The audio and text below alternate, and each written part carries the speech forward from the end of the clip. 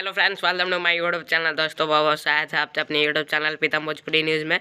दोस्तों अभी से वीडियो दे दीजिए लाइक और चैनल पर नए तो सब्सक्राइब करते वाला तक जरूर दबा लीजिए। तो भोजपुरी सभी छोटी बड़ी खबरें आप तो इस चैनल पर मिलती रहती है। तो दोस्तों आप सभी तो पता ही होगा, मैच तो आप सभी देखते होंगे अपने टीवी पर, मोबाइल पर।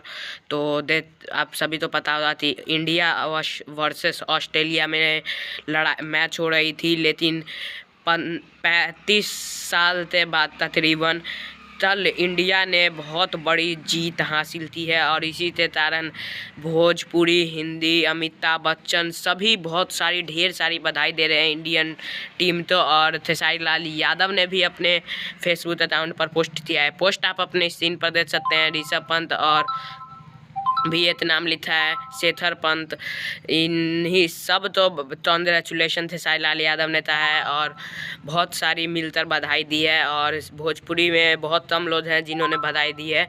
और खेसारी लाल यादव का बधाई पोस्ट आप पढ़ भी सकते हैं। तो वीडियो लाइक कीजिए, शेयर कीजिए, सभी तक ये वीडियो फैला दीजिए। जय हिंद, जय भारत।